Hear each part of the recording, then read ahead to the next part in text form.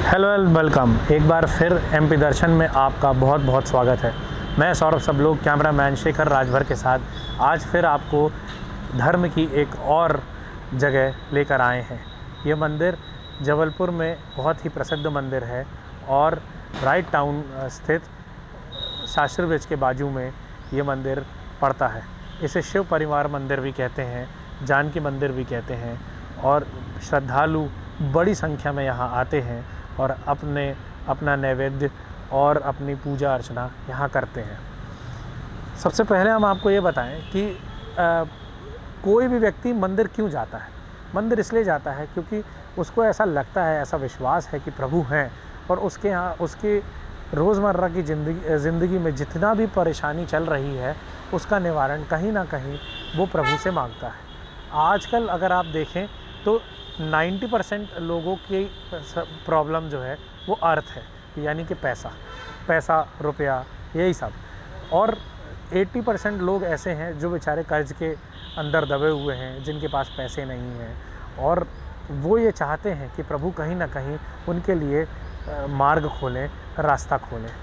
क्योंकि इस पूरी भरी जीवन में हम जिनको अपना मानते हैं, जिनको अपना समझते हैं, वो सब अर्थ से ही जुड़े रहते हैं। अगर अर्थ आपके पास नहीं है तो हर रिश्ते का, हर नाते का अनर्थ हो जाता है। और यही बात है कि वो कहा जाता है ना कि एक्सपेक्टेशंस ब्रिंग पेन। इंसान अपनी ज़िंदगी में जिसके साथ भी बहुत ज़्यादा एक्सपेक्टेशन लगा लेता है उसको उसी से धोखा मिलता है। और ये एक कटु सत्य है, लेकिन सत्य है।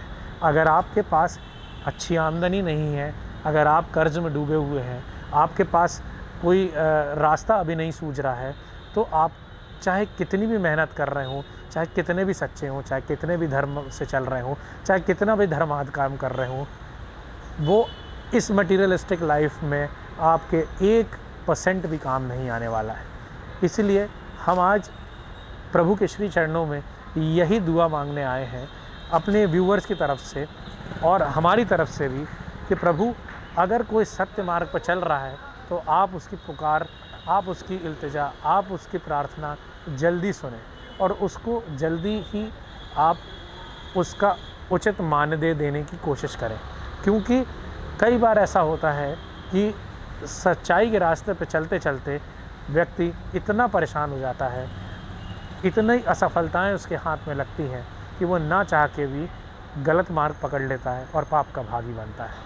एमपी दर्शन आज प्रभु के श्री चरणों में आपको प्रभु को भी दिखाने आए हैं और ये भी अर्ज़ करने आए हैं कि प्रभु अगर कोई परेशान है, अगर कोई सत्य मार्ग पर चल रहा है तो आप उसकी दया करें, उसकी मेहनत का उसको मान दे दें, उसकी सहायता करें।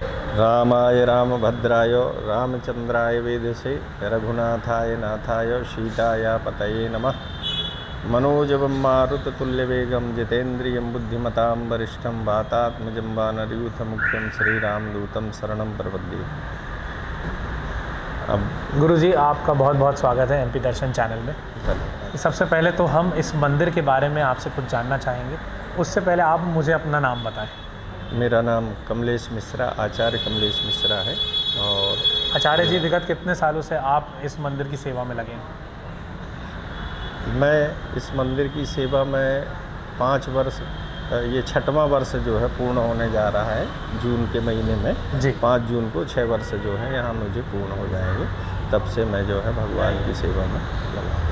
और हम यहाँ देख रहे हैं कि श्री राम दरबार लगा हुआ है, बहुत ही सुंदर प्रतिमा है प्रभु की और बजरंगबली की, और हम ये भी देख रहे हैं श्री राधा कृष्ण भी है और शिव जी महाराज भी यहाँ विराजे हैं। तो ये जो कंसेप्ट है, ये क्या मतलब इस मंदिर की क्या विशेषता है और क्या सोच के आप लोगों ने ये इसे बनाया, ये बताइए। ये असली में यहाँ पर जो है सबसे प्राचीन लगभग 350 वर्षों से हनुमान जी महाराज जो है स्थापित थे। 350 वर्षों से? हाँ। यानी ये एक बहुत ही प्राचीनतम मंदिर है।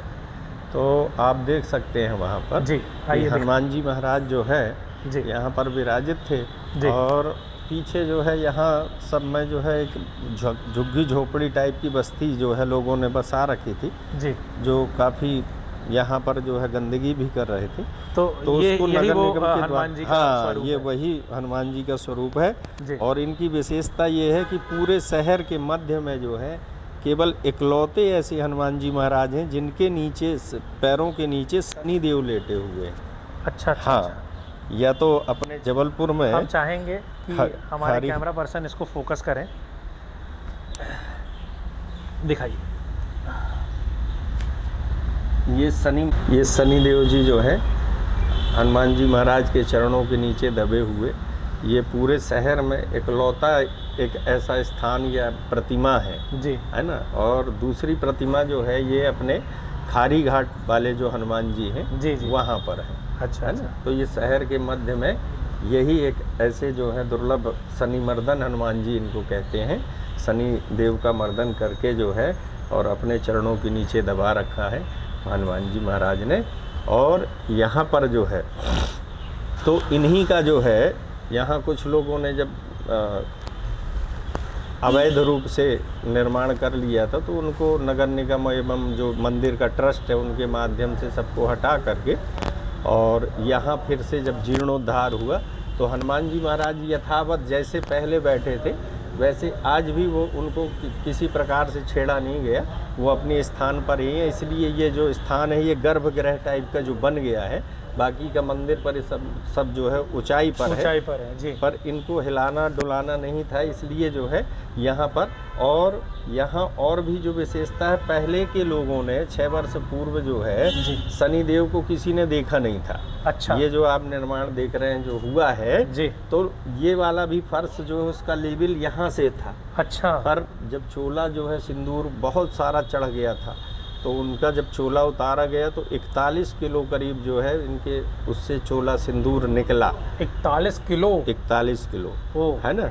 और फिर जब उनके चरणों को देखा गया कि इनके चरण कहाँ हैं, हाँ। तो चरणों को जब नीचे देखते हुए जब नीचे पहुँचे तो ये शनि देव निकले। तो इतना फिर ये पोर्शन को ये भाग को कटाना पड़ा, इसलिए ये जो है इधर थोड़ा सा मतलब ये कहना गलत नहीं होगा कि ये स्वयंभू है। हाँ, स्वयंभू है ना। ये स्वयंभू है, किसी ने इनको बनाया नहीं है ना। जैसे स्थापित किया जाता है वैसा नहीं है। हाँ। ये मतलब खुद ही प्रकट हुए, पहले से ही प्रकट हुए हैं जो वो वहीं जो है अपने ही स्थान में विराजित हैं, है ना। और इन्हीं के फिर उसमें जो है जब ये जीर्णोद्धार हुआ तो फिर राम दरबार, राधा कृष्ण और शिव परिवार का जो है मंदिर ट्रस्ट के द्वारा इसका, जिसमें कि मूर्ति महावीर मंदिर ट्रस्ट के नाम से ट्रस्ट है जो इसका सारा सब जो है निर्माण करा के इसका जो संचालन है वो मूर्ति महावीर मंदिर ट्रस्ट के द्वारा ही संचालित होता है। और विशेष करके जो है जो शनि ग्रह से पीड़ित लोग रहते हैं, केस मुकदमा वाले, है ना, या शनि से पीड़ा वाले, ऐसे लोग जो है यहाँ आकर के अपनी मनोकामना हनुमान जी के पास अपनी अर्जी लगाते हैं और उनके कार्य सिद्ध होते हैं। ऐसा ये सिद्ध स्थान। तो मतलब अभी जैसे हमने जाना कि यहाँ पे शनि देव जो है वो उनको डोमिनेट करके रखा गया है, उनको दबा के रखा गया है प्रभु के द्वारा।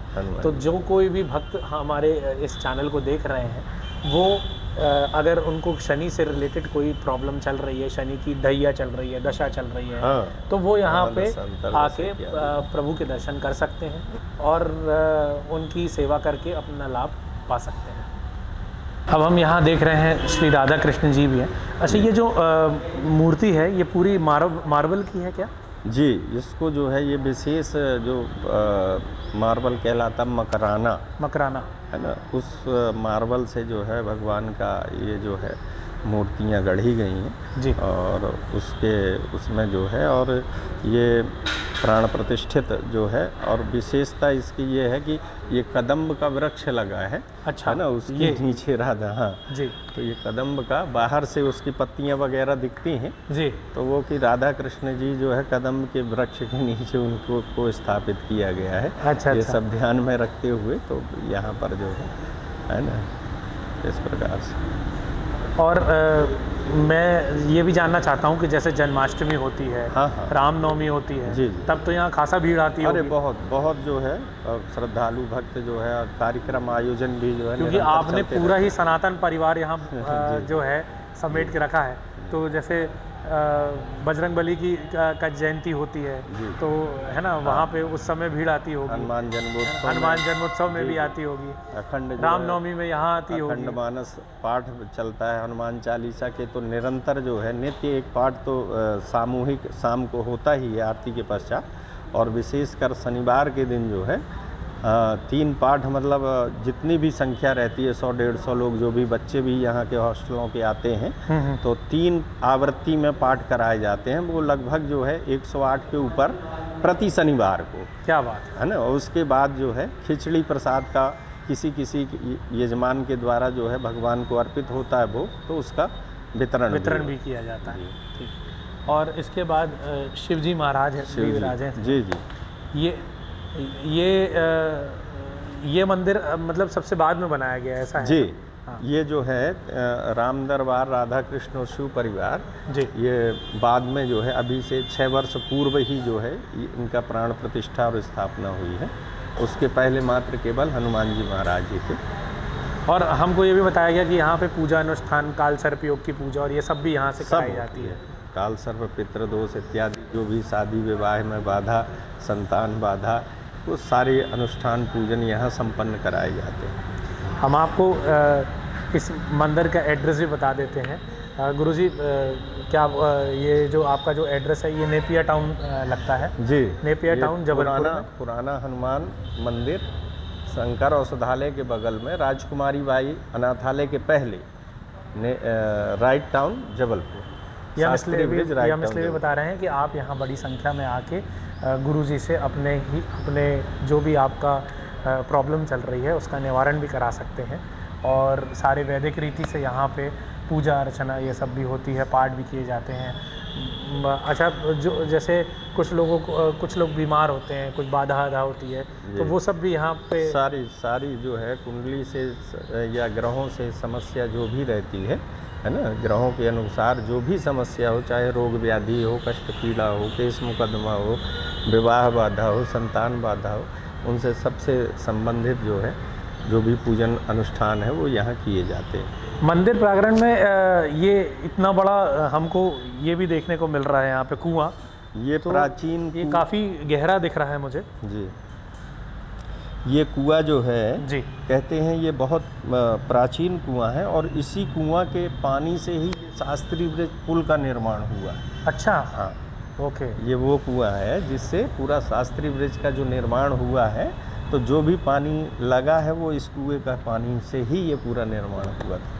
और ये बहुत गहराई भी दिख रही है, गहराई है इसमें। हाँ, और पानी भी बहुत स्वच्छ है। अच्छा। और इसी के पानी से जो है इसमें समर्सिबल पंप लगा हुआ है। जी जी। जिससे जो है जो भी यहाँ फूल पौधे बगीचा जो है भगवान की, उसके लिए जो पुष्प इत्यादि की व्यवस्थाएं हैं, तो उसमें यहीं से जो है जो भी इस्तेमाल है पानी का, वो इसी कुएं से ही जो है इसी जल से किया जाता है।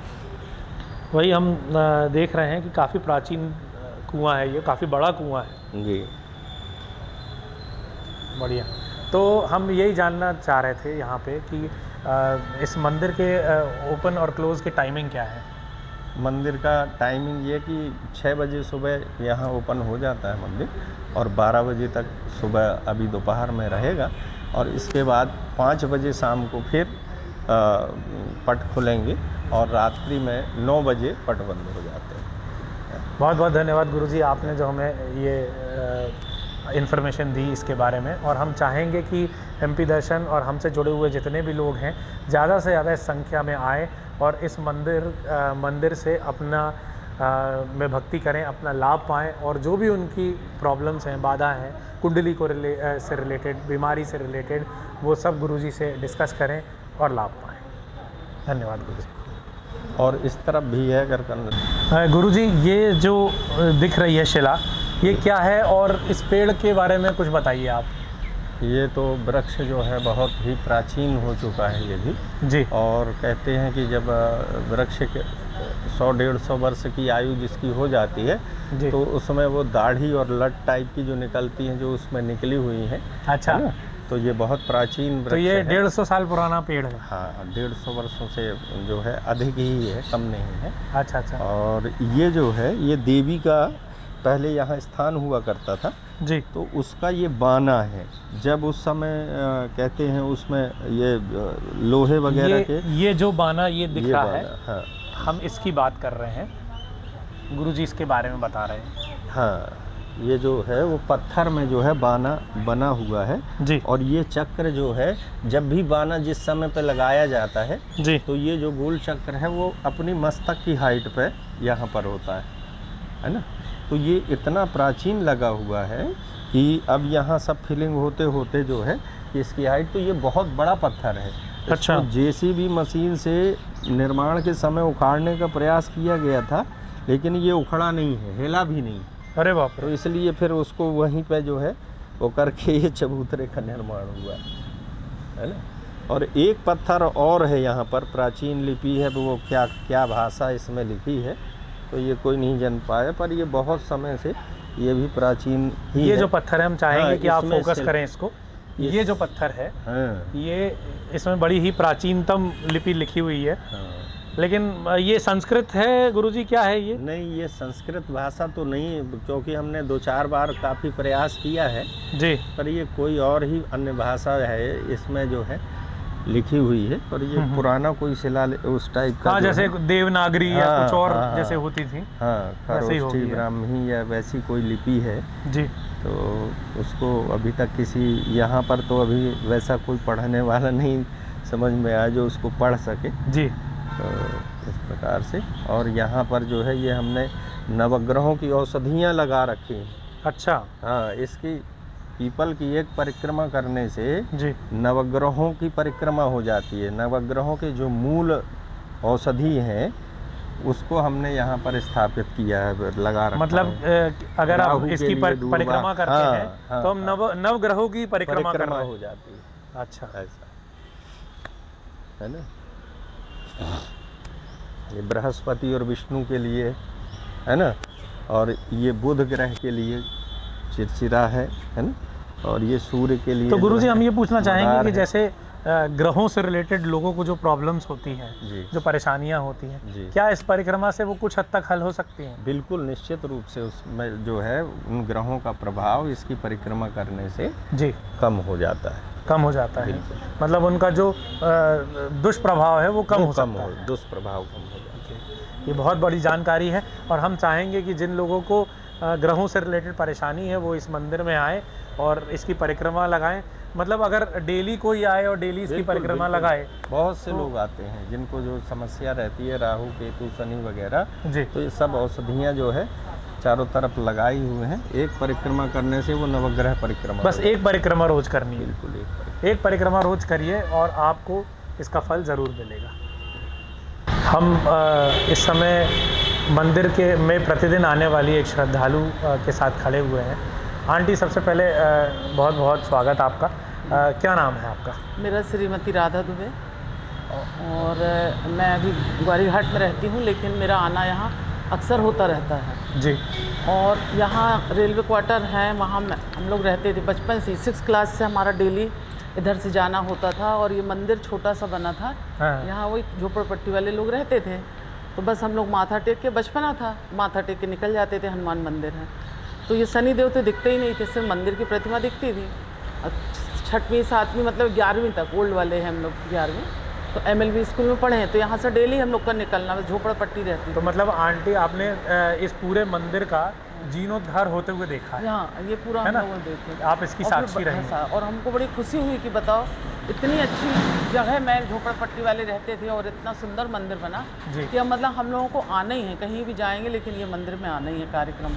तो जैसे गुरुजी ने अभी हमको बताया कि यहाँ रोज़ प्रतिदिन आने से आपको कुछ लाभ भी मिलता है, आपकी परेशानियाँ दूर होती हैं, तो ऐसा कोई एक्सपीरियंस आपको हुआ? हाँ, बिल्कुल। हम तो यहाँ आते थे, अब उसमें लिखा जाएगा तो मेरी तो बहुत सारी समस्याएं यहाँ पे हुई हैं, किसी को शो नहीं करे हैं कि क्या। हाँ, नहीं, वो हाँ। समस्या बताने की हाँ। ज़रूरत नहीं है। हाँ, हाँ। मतलब कहने का मतलब हाँ। ये है मेरा कि जब अगर यहाँ पे कोई प्रतिदिन आता है हाँ, तो बिल्कुल उसको इफेक्ट मिलता है। बिल्कुल, देखने को, मेरे को तो है ना? मेरा अनुभव है कि मेरे बहुत सारे काम और यहाँ वैसे से भी बने हैं। मेरा ये मानना है कि ये सब विश्वास से होता है। विश्वास, अगर आप विश्वास कर लो तो एक पत्थर भी आप बिल्कुल, भगवान देख बिल्कुल। सकते हैं, और विश्वास ना करो तो साक्षात बिल्कुल, भगवान खड़े हो बिल्कुल, हाँ। तो मूर्ख मति से आप उनको देख नहीं सकते। नहीं देख सकते। ये जिसको दोनों चीज़ें। विश्वास है, नास्तिक लोगों को विश्वास नहीं है तो बोलेंगे अरे कहाँ है भगवान, लेकिन हम लोगों को तो पूर्ण विश्वास है कि हमारी मनोकामना यहाँ से बहुत सारी पूरी हुई हैं। फिर हम लोग यहाँ कथा भी सुने हैं, भंडारा भी किए हैं, आसान बीबी माता की सुहागनें किए हैं अपनी बहू को लाके। तो हमारा परिवार तो इन्हीं की कृपा से बहुत सुखी है। नर्मदा माँ है पास में, जी जी जी। वहाँ के दर्शन है, यहाँ से बहुत लाभ मिला। और अच्छा, रामनवमी के दिन और सारे हिंदू त्योहारों में यहाँ पे बहुत ज़्यादा भीड़ देखने को बहुत मिलती बहुत होगी। भीड़ रहती। रामनवमी में तो सब यहाँ पे नवरात्रि की जो भी कार्यक्रम रहते हैं, भंडारा और डांडिया तो बहुत अच्छे से होता है। तो ये पूरे प्रांगण में अच्छा डांडिया होता है। अच्छा, यहाँ डांडिया भी हाँ, होता है। डांडिया होता है। ठीक है। और 9 दिन तो बहुत भीड़ रहती है। हम लोग कलश भी रखवाते हैं यहाँ, अच्छा, तो कलश रखे जाती है। कुआं भी बहुत पुराना है यहाँ का। तो हम लोग- चलिए, बहुत हाँ, बहुत धन्यवाद, जी, आपने जी, बहुत अच्छी जानकारी दी। जी। हम चाहेंगे हमारे व्यूवर्स इससे लाभ उठाएंगे। जी जी। धन्यवाद। गुरुजी, हमने इस मंदिर के बारे में और बाकी सारी चीज़ों के बारे में तो आपसे जान लिया। एक आखिरी बात है, जो हम जहाँ भी जिस भी मंदिर जाते हैं वहाँ पे जो भी हमें महंत मिलते हैं या जो पुजारी जी मिलते हैं, गुरुजी मिलते हैं, हम उनसे पूछते हैं कि देखिए आज के इस समय में, इस कलयुग में ईश्वर प्राप्ति का सबसे अच्छा मंत्र क्या है? क्योंकि आप लोग पूजा अर्चना करते हैं, गुरु जी प्रभु के समीप रहते हैं, तो हम ये जानना चाहते हैं कि आजकल की नॉर्मल ज़िंदगी में इंसान के पास टाइम नहीं है या टाइम निकाल नहीं पाता, या कुछ ऐसी बाधाएं आ जाती हैं जिनसे कि व्यक्ति नहीं ध्यान दे पाता, तो सबसे सुगम रास्ता कौन सा है और सबसे आसान रास्ता कौन सा है जो जिसमें वो चलते फिरते भी चाहे तो भक्ति भी कर ले, उसको पुण्य भी मिल जाए और गलत कामों में ना जाए? क्योंकि मेरा ये मानना है कि जब कोई व्यक्ति मंदिर आता है तो वो इसलिए भी आता है कि प्रभु जो गलत कर्म हो गए उनकी क्षमा मिले और आगे गलत कर्म ना हो, इसका हमें जो है साहस मिले। तो ऐसा कौन सा काम करें, ऐसा क्या करें कि जिससे कि ये कलयुग में जो नॉर्मल लोग हैं, जो काम कर रहे हैं, गृहस्थ जीवन में हैं, जिनके पास टाइम नहीं है, तो वो क्या करें? देखिए, पहली बात तो ये है कि कलयुग केवल नाम आधारा, सुमिर सुमिर नर उतर ही पारा। जी। कलयुग में नाम ही आधार है। भगवान के नाम का स्मरण जो है व्यक्ति को करते रहना चाहिए। नाम जप जिसको कहते हैं वो करते रहना चाहिए। अब बात आती है कि जब तक वैसा माहौल और परिवेश नहीं मिलेगा तब तक आपका मन और चित्त नहीं लगेगा। जी। दूसरा ये है कि अगर आप अपनी दिनचर्या में कुछ चीज़ रूटीन में अगर बना के रखते हैं, है ना, तो जिस प्रकार से एक कहना चाहिए हमारे सनातन उसमें जो है परंपरा में, पूजन करने के लिए मंदिर जाना जो है वो नहीं है, क्योंकि पूजन करने के लिए भगवान के लिए जो है पुजारी वहाँ वैसे भी नियुक्त है ना। तो सनातन धर्म के जितने भी लोग हैं उनका एक नित्य का जो नियम है कि मंदिर में भगवान के दर्शन करने के लिए जाना चाहिए। नाम स्मरण जो है मन में भी चलते फिरते भी व्यक्ति जो है कर सकता है ना। पर जो वहाँ की ऊर्जा है मंदिर जाने से, जो एक कहना चाहिए जैसे एक चार्जिंग का जो पॉइंट होता है ना, तो उस प्रकार से ये हमारे सनातन के चार्जिंग पॉइंट हैं जो जगह जगह स्थापित हैं। पर अब लोग क्या है कि इन सब चीज़ों को धीरे धीरे करके छोड़ते जा रहे हैं, या फिर ऐसा कि बहुत ज़्यादा जो है लोगों को दिखावा के अनुसार कि हम जाते हैं, ऐसा करते हैं, ये करते हैं, तो ये उसकी बात नहीं है। और साथ में जो है अब जो परंपरा जो है धीरे धीरे समाप्त होती जा रही है, जिसके कारण बहुत सारी समस्याएं समाज में भी बनी हुई है ना। बच्चे जो हैं आजकल वो सब पाश्चात्य उसकी तरफ भाग रहे हैं। तो जब बड़े बुजुर्ग ही नियम नहीं बना के रखें कि हमको मंदिर जाना है, दर्शन करना है, भगवान का वहाँ बैठ कर के संकीर्तन करना है, तो बच्चे कैसे हो? संस्कार जो है पढ़ने पढ़ाने से नहीं आते। जो संस्कार हैं वो बच्चे आपको जैसा करते देखेंगे वही संस्कार उनमें आएंगे। आप उनको संस्कार की पढ़ाई नहीं करा सकते। सही बात। तो ये चीज़ है अगर हम सनातन में है। दूसरी बात, लोगों का जो मन और भाव विचार है कि हम वहाँ जाते हैं पूजा करते हैं तब भी हमारा ऐसा नहीं होता, ऐसा नहीं होता। हाँ, ये तो भाई शिकायत सभी भगवान की है। आप एहसान थोड़ी कर रहे हैं। सब हर किसी का जो है एक सिस्टम है, सनातन का सिस्टम है। हम जिस धर्म को धारण किए हैं, ध्रियते इति धर्मः, जिस धर्म को हमने धारण किया है वो हमारा धर्म है, ना कि हम उससे जो है कि हम मंदिर जा रहे हैं तो फल मिले। हमारा धर्म है, हम सनातनी हैं, इसलिए हमारा धर्म है कि हम मंदिर जाएंगे या दर्शन भगवान के करेंगे, नाम स्मरण करेंगे, संकीर्तन जो भी हमसे बनेगा वो करेंगे। तो यहाँ लोगों की मानसिकताएं जो है ना, अब जैसे सिख हैं, अब वो ये कहने लगे कि यार हम गुरुद्वारा जाते हैं वहाँ कुछ नहीं होता। मुस्लिम भाई लोग हैं वो कहें कि हम नमाज़ पढ़ते हैं, ऐसा। तो पर वो जिस पंथ जिस धर्म के हैं उसको जिसको उन्होंने धारण किया है उसके लिए जो उनका धर्म कहता है वो करते हैं। तो यहाँ सबको अपनी अपने धर्म या उसके अनुसार जो है जिसको उन्होंने स्वीकार किया है उसके लिए जो है उनको करना पड़ेगा। पर हिंदू ही एक जो है सनातनी ही स्वच्छंद हैं, बोले जाएं तो जाएं, नहीं जाएं तो कोई जोर ज़बरदस्ती थोड़ी है, और जाते भी हैं तो ऐसा थोड़ी होता है। तो मतलब गुरुजी के अनुसार अगर आप हिंदू धर्म में हैं, हिंदू धर्म का पालन करते हैं, उनको आप और उस धर्म को आपने धारण किया है, तो मुझे ऐसा लगता है कि दो बातें गुरुजी ने बताई जो कि बहुत ज़रूरी है। नंबर एक तो ये कि आप डेली दर्शन करिए, चाहे जिस मंदिर में जाइए, चाहे जहाँ भी आपकी आस्था हो, आप डेली मंदिर में दर्शन करने, पूजा करने नहीं जाइए, भगवान को देखने जाइए, उनकी अटेंडेंस लगाइए, दर्शन करने जाइए। और दूसरा नाम जप करिए। नाम जप, गुरुजी हम आपको एक और बात बताना चाहेंगे। अभी कम से कम आज तक अगर देखा जाए तो हम लोग 50+ मंदिर तक जा चुके हैं जी। और जबलपुर के सारे बड़े मंदिर आप जिनका भी नाम ले लो, सब पे वीडियो बना चुके हैं। और अधिकांश ऐसे मंदिर हुए हैं जहाँ भी हमने पूछा है तो सारे महंतों ने एक स्वर में ये कहा है कि नाम जप से बड़ा कुछ नहीं है। चाहे आप बड़े बड़े गुरुओं को भी उठा लीजिए, चाहे गुरुदेव को उठा लीजिए, किसी का भी आप रेफरेंस ले लीजिए, नाम जप से बड़ा कलयुग में कुछ नहीं है। क्योंकि त्रेता युग में जो फल आपको करोड़ों वर्षों की तपस्या में मिलता था, द्वापर में जो आपको हज़ारों की तपस्या में मिलता था, वो यहाँ दिनों की और महीनों की तपस्या से मिल सकता है। और तब क्या है, सिर्फ नाम जप करना।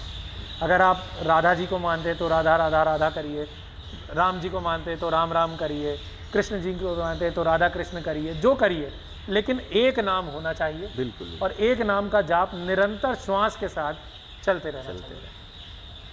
यही सही है। बिल्कुल। तो इसी अभिप्राय के साथ एमपी दर्शन एक बार फिर आपसे विदा लेती है। अगली बार फिर मिलेंगे किसी और अच्छे मंदिर के पास जो आपको सत्य और सत्यता पे चलने की राह दिखाएंगे। और हम गुरुजी और आप सब लोगों का बहुत बहुत धन्यवाद करते हैं कि आपने इतना समय निकाला एमपी दर्शन के लिए। और हम आशा करते हैं कि यहाँ लोग बड़ी से बड़ी संख्या में आए और यहाँ पूजा अर्चना करके प्रभु से आशीर्वाद पाएँ। जय श्री राम। जय श्री राम। जय श्री। Thank you sir.